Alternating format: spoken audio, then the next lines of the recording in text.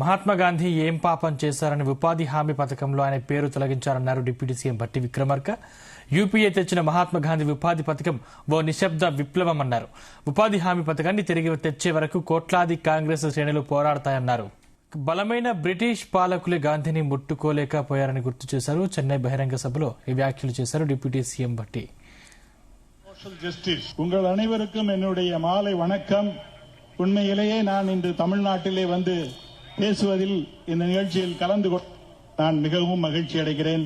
Rational thought and people centred politics, புரட்சிகரமான எண்ணங்கள், மக்களுடைய விழிப்புணர்ச்சியை நான் பாராட்டுகிறேன். This is a land where Periyar E.V. Ramaswamiji taught India to question injustice. இந்த மண்ணிலிருந்துதான் தந்தை பெரியார் அவர்கள் உலகத்துக்கு சமூக நீதியை எடுத்துச் சொன்னார். Where Thiru K. Kamaraj showed us how power can be used with humility. பெருந்தலைவர் காமராஜ் அவர்கள் இந்த மண்ணில் இருந்துதான் எப்படி மனித நேயத்தை மக்களுக்காக பயன்படுத்துவது என்பதை Anna Duraiji gave voice to dignity and self